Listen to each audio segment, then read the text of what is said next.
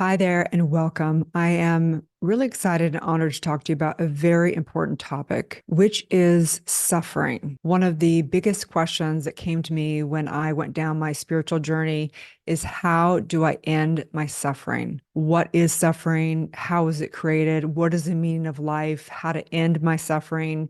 If there is a God, how could God be so cruel? All these questions that we have about life. I know each and every one of us wants to experience happiness, fulfillment, and having lives that we fulfill our dreams, but we're often pulled towards this thing called sadness, suffering, anxiety, depression, maybe even. And so today I want to answer some of these things from a spiritual perspective. Welcome to the Dr. Erin Show. May you live your truth.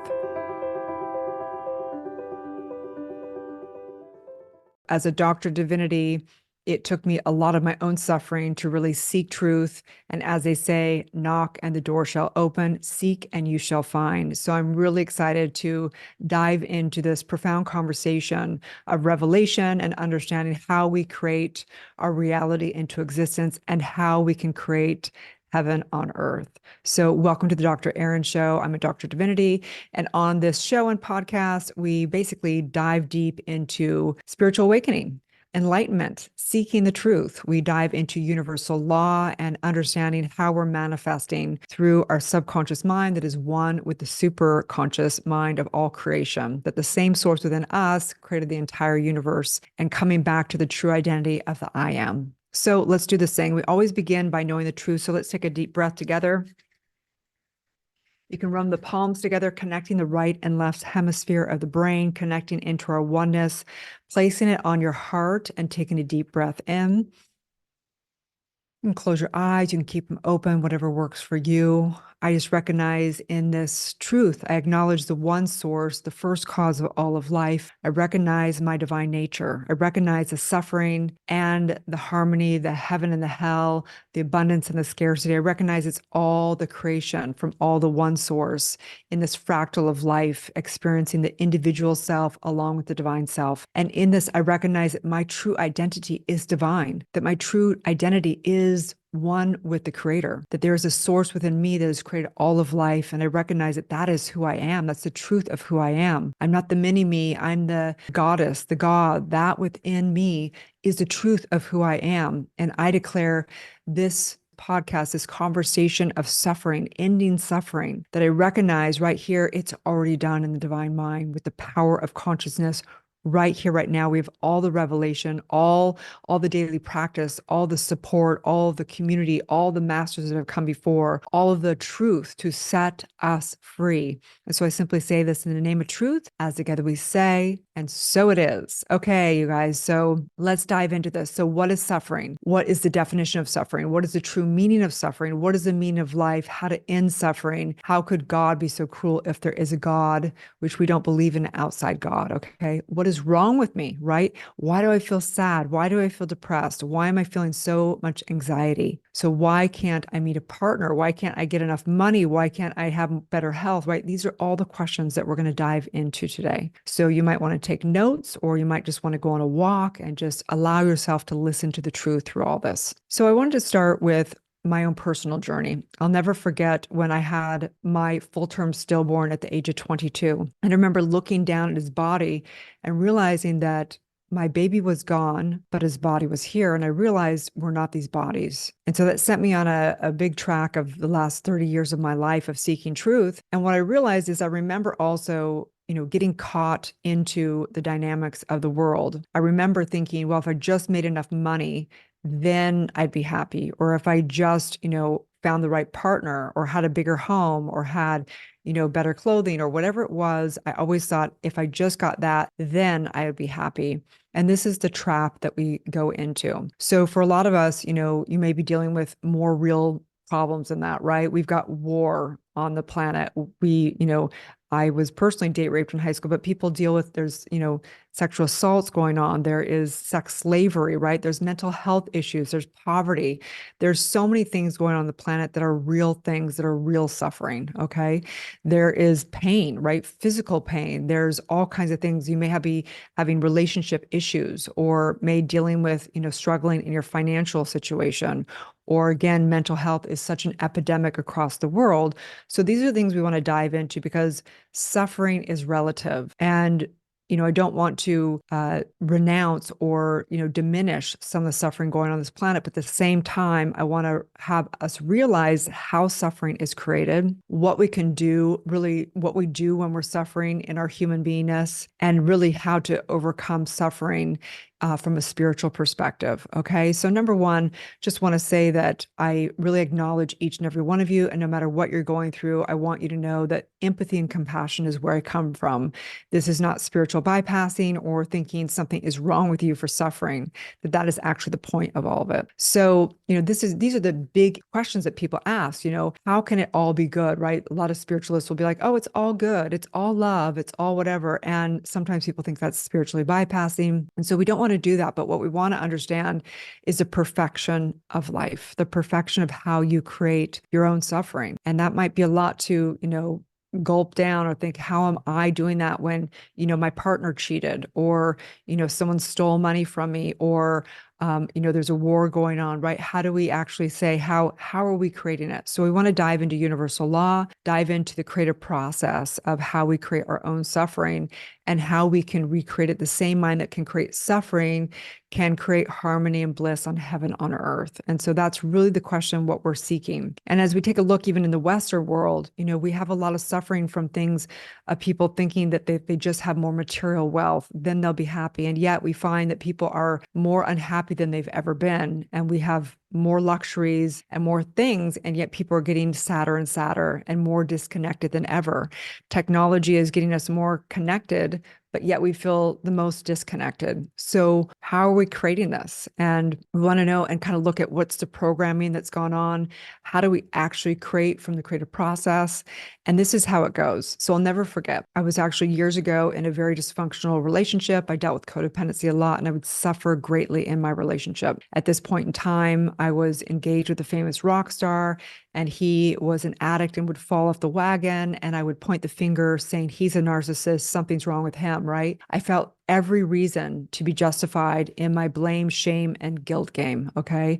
Over and over, these were the vicious cycles that I experienced over and over. And as clients come to me and I begin to see the patterns of really the 4 areas of life where people suffer, they suffer in, of course, money and career, relationships and love, health and vitality, and really finding their purpose and calling. So these are the same cycles. It doesn't matter what's going on, even war, there's a cycle of the human vicious cycle that's happening even in war. And someone might think, well, if someone has advanced cancer, how did they do that, right? That's an advanced understanding of how consciousness creates. So first we have to know that we are not individual. We are connected to all of it. So what happens to us is happening from the perspective of the grander picture of what's happening in the collective. And usually what happens, over and over again, and I don't know if you do this, which all human beings do this. So whenever we feel bad or whenever we're suffering, we generally want to blame it or project it onto something in life. This is the mini mind evaluating and justifying why, right? Wow, if I'm suffering, it's because they said that or they did that.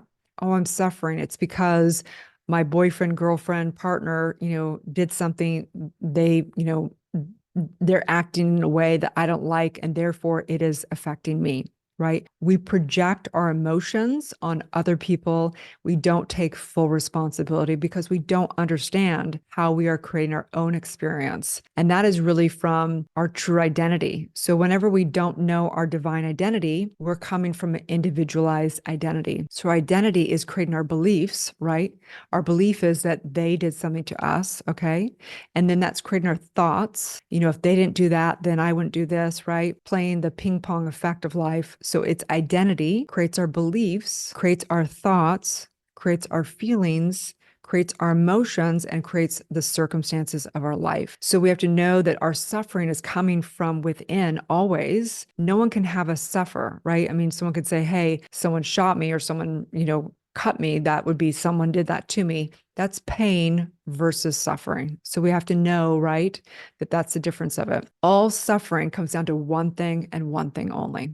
Okay. It's wanting people, places in life to be different than it is, which means the one thing is placing our power outside of ourselves rather than recognizing that our suffering is coming from within. And as we spiritually awaken, we realize that all of life is designed is to come back into the beloved divine within, into the source within. That you can call it God's source, you can call it the field, you can call it whatever you want to call it, but it is the essence of who you are. It is pure consciousness. It is pure creation. And that's the truth of who you are. You are a creator and you are one with the creator in the true essence, not as the individualized you, but as a collective you. You are all of it. And so anytime we are suffering, it is because we are wanting our feelings to feel different. We're wanting our circumstances to be different. We want people to be different. We want anything, right? It's anything that is outside of ourselves. Even emotions are outside because that's in the physical realm. That's the experience of here. Inside, if you will, the inner world is that part that's pure potential. It is only bliss inside of there. It is only pure potential. It is this infinite wisdom and infinite knowingness, right? But we're programmed to believe that we should only be positive. So anytime we then have an emotion that is divided, anytime we feel an emotion that's negative, our entire culture has programmed to think something's wrong with you if you're feeling negative. Something's wrong with you if you are having an emotion. We're afraid of these things because we're afraid of knowing ourselves fully. We only want to look at the good. We only want to feel good. We have these, different senses, our touch, our smell. We only want positive, but the negative is actually what causes us to go within to the guru within to transmute and transform that dark to the light. Some stories here. I remember when I was 16 years old, or before I turned 16, I was 15. And I remember wanting so bad to be able to drive and have a car. And I remember thinking, well, when I just have a car and can drive, then I'm going to be free, right? Then I'll be happy, because I was still relying on my mother who wasn't really around. I was relying on friends who had cars. It was a hassle. I felt suffering from it. And so I thought when I get a car, then everything's going to work out. So what did I do? I waited tables. I saved money. I got a crappy car. I went and got my driver's license. And yes, I was free for about a day. And then I had to make money to pay for the gas. The car would break down, right? I had to, haul other friends around, right? There was more suffering. And the point is that we keep thinking that these circumstances out here are going to make us happy. But as they say, more money, more problems. Okay. And that is not to say that if you can't put food on your table, then of course there might be extra suffering, because we have basic needs for our survival. But the truth is that most of the things that we think that are going to fulfill us or make us happy or end our suffering actually will never be the thing that ends our suffering. And sometimes we begin to identify with our sadness and we think, well, I'm sad again. I'm suffering again. Something's wrong with me. I don't belong, right? I'm not enough, right? Whatever that is, we begin to think that we identify with the circumstances, when the truth is we are not our beliefs. We're not the circumstances of our life. We're not our suffering. We're the creator of them. It's the meaning that we put on it that makes it bad. Suffering is putting a negative meaning to something, assigning a negative meaning to a circumstance or whatever it is, and we instantaneously feel a negative feeling, and that is suffering. So we believe that if we just do more, if we just, we just have more, we just whatever, then we think one day we'll be happy. And that is the lie. That's the lie. Okay. The truth is that when I'm working with a client, okay, and we're doing the deep trauma work, and we're doing that deep transcending work, and we're deprogrammed from all the things that the culture said that we'd be happy. We're dealing with what would be the past, the present, and the future, knowing that there's only right here and right now. And the point of doing the work is to, yes, end suffering and begin to powerfully live in the now. Everything is relative. I remember listening to a talk by Ram Dass years ago, and he was talking about how happiness and even prosperity is relative. And he was talking about how he was working at Stanford still, and he was around all these people, all this wealth, and he realized that it was a dead end place. And he also worked with some high-end clients that were very, very wealthy.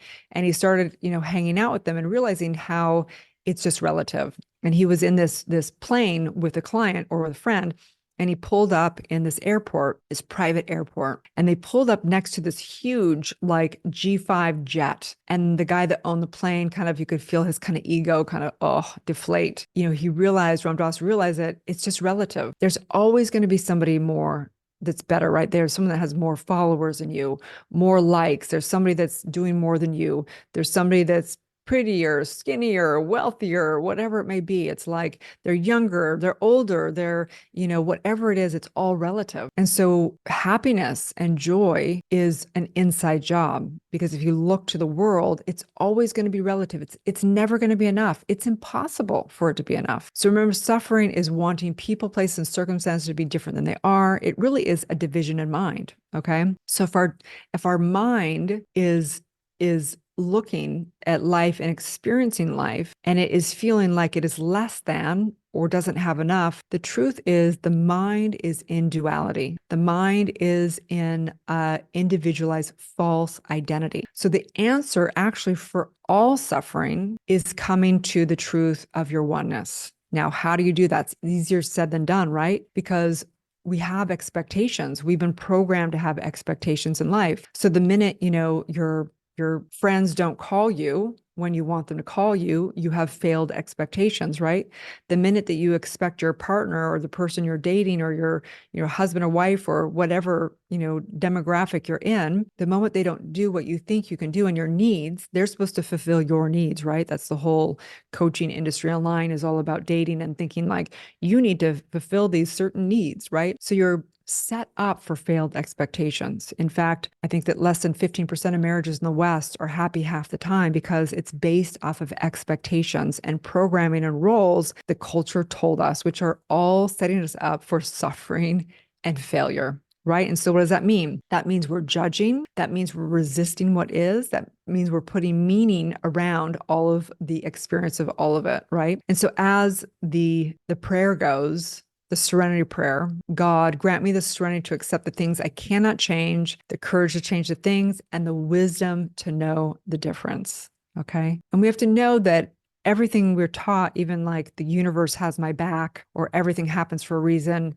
is incorrect. The truth is, and yes, it is correct, but the truth is that the universe is neutral. The universe just has cause and effect, and that's what we teach is universal law, that there's actually no meaning around it. There actually is no meaning, and everything that happens is just a cause and effect. We are here in a universe of a masterclass of creation, right? It's just cause and effect. The universe doesn't know the difference from $1 or $1 billion. The universe doesn't know when someone kills somebody in war that's good or bad. I mean, look at the wild world, okay? I heard also a story that, and I'm not totally sure if it's correct, but from what I understand, when a lion goes into their pride, a new pride, and the male lions battle, and if one takes over that pride, they supposedly will go and kill all the young cubs because that lion wants to have,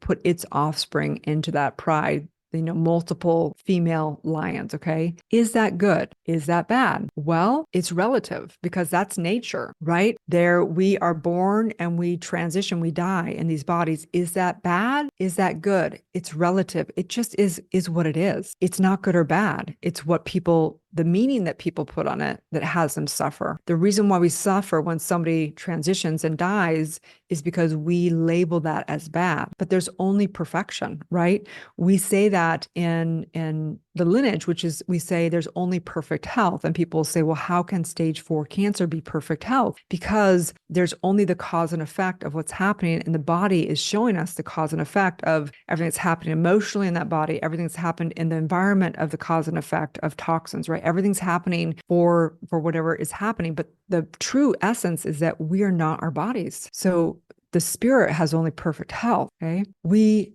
suffer because we are constantly trying to have our individual desires. And when we change our identity of one of divine, we no longer suffer because we don't identify with just this body or just this little mini relationship or just this whatever. To come to the divine nature, we realize that all of life is working through us and we surrender. We get into service and we get into the divine presence of right here, right now. We accept what is here right now. And happiness is not just about getting more or becoming more. Happiness is only in the divine presence. And so I want to dive into a little bit about what we can do to end our suffering, how we can tap into that divine presence. And so, I've worked with so many clients over the years that come for suffering.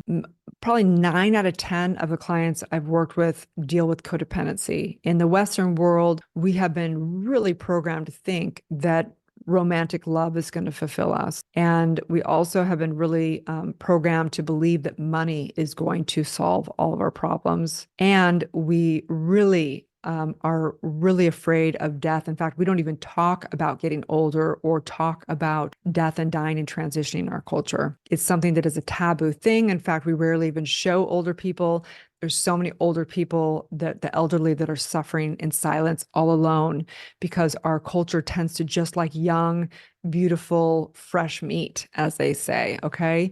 So we want to really come truly into understanding what's really going on for people. And the reason why I personally love to work with spiritually based coaches and people who really want to do their deep, deep work to make a difference on the planet is because I find that unless people are at that level, they're really at that surrender level, they are just trying to put band-aids on things. They really are coming to manifest more money. They're trying to manifest their partner. They're trying to manifest all this.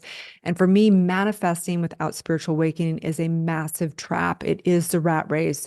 You get more money and yet you end in a dead end. It's like a trap. And you think, well, if I just go over here and I fulfill this goal, and you get to that goal and you're like, well, I'm still not fulfilled. What's wrong with me, right? We saw this in The Secret and the Law of Attraction.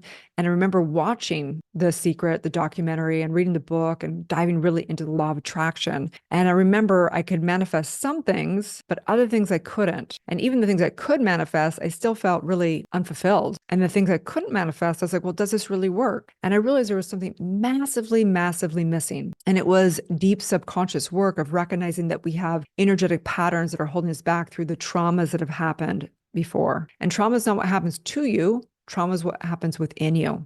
And when something occurs, a traumatic incident, we have a high, high level of emotions because we've assigned a meaning, a negative meaning. And in that high state of vibration and frequency, of a negative frequency and vibration, we decide something that is more a division of mind. I'm not enough. Something's wrong with me. I'll never love again, whatever that is. And we cast ourselves out even more into our suffering. So what I realize is through the law of attraction that these material things are not necessarily going to make us happy, are not necessarily going to fulfill us. And they're also something massively missing, which is understanding that we're connected to the collective and that we have energetic ties that we're born into this lifetime in, and that we have to release those. But there's something even deeper, which is that we really will never be fulfilled from the external things, that until we come into the divine nature of our oneness and really merge in that, and we realize we're in this world, but we're not of this world, that we will always suffer. That all of life is really demanding us to come back to the beloved divine, into our true essence. And that is why having a massive spiritual practice every day, our daily spiritual practice, is a path to ending our suffering. Okay. So we want to do a few things. One, in my book, Awakening, there's 4 real steps to awakening, which are the real first steps of coming into a life beyond suffering. Number 1 is deciding and realizing and waking up to how you're creating your reality, to really seeing and spotting how your suffering is being created so you can take responsibility and not project it into thinking it's about something in the external world. Okay. The second step is reprogramming. So it does take a look at, wow, all my suffering is I'm thinking that if I just get more or do more, then I'll end my suffering. And that's the lie. It's also deprogramming and reprogramming subconscious mind from all the trauma and all the limited beliefs and limited identity that's keeping me stuck in these stuck negative patterns. Okay. And then number 3 is really aligning to your relative truth, right? Aligning to the 4 areas of your life of knowing what you're really here to do, what's your soul's purpose, and what's your relative truth here on this, in this planet, in this lifetime, right? And then number 4 is aligning and affirming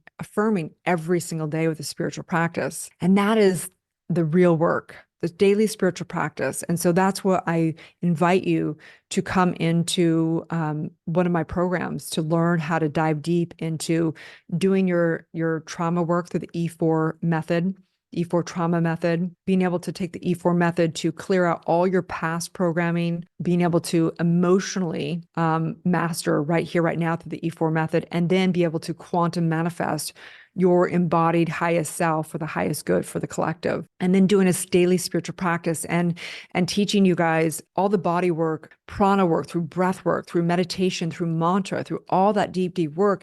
And then coming into the 0 point field, into that sacred, sacred, beloved divine space. The science will call it the field, divine beloved, into the source within, God's source within, no matter what you want to call it. But these are the things that we have to master to end suffering. So the first step is realizing that if you stay in the external world, you will suffer. It's part of life. And that's part of life, even having a daily spiritual practice. We're human in this human realm.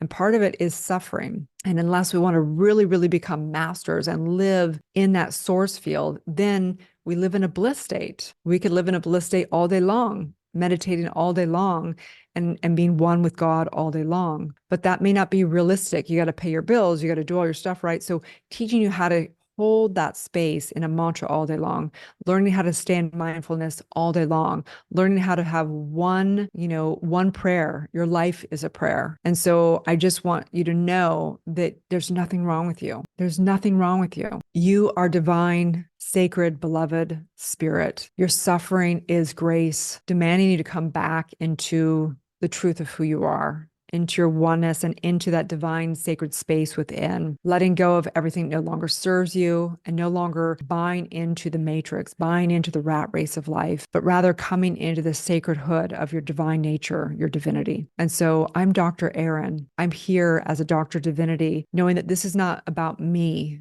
and my ego teaching you. This is about divine ancient truths that have given me a life beyond my wildest dreams, that demand me to come back to my spiritual practice. I suffer greatly too if I don't stay true to my daily spiritual practice and into my ministry of life, which is giving and serving truth to the world, developing spiritual leaders, developing spiritual coaches and E4 facilitators, teaching spiritual psychology, teaching how we create the power of our mind, how we individually use the power of mind, and we get to use it to design and to evolve the species on this planet. Recently, I was at an event with Krishna Das, and he's a famous singer and musician, and he was asked a question after a set. Someone asked, with all the AI and the war and all the insane things going on the planet, what can we do? And Krishna Das said, human beings will tend to F everything up. That's what they do best.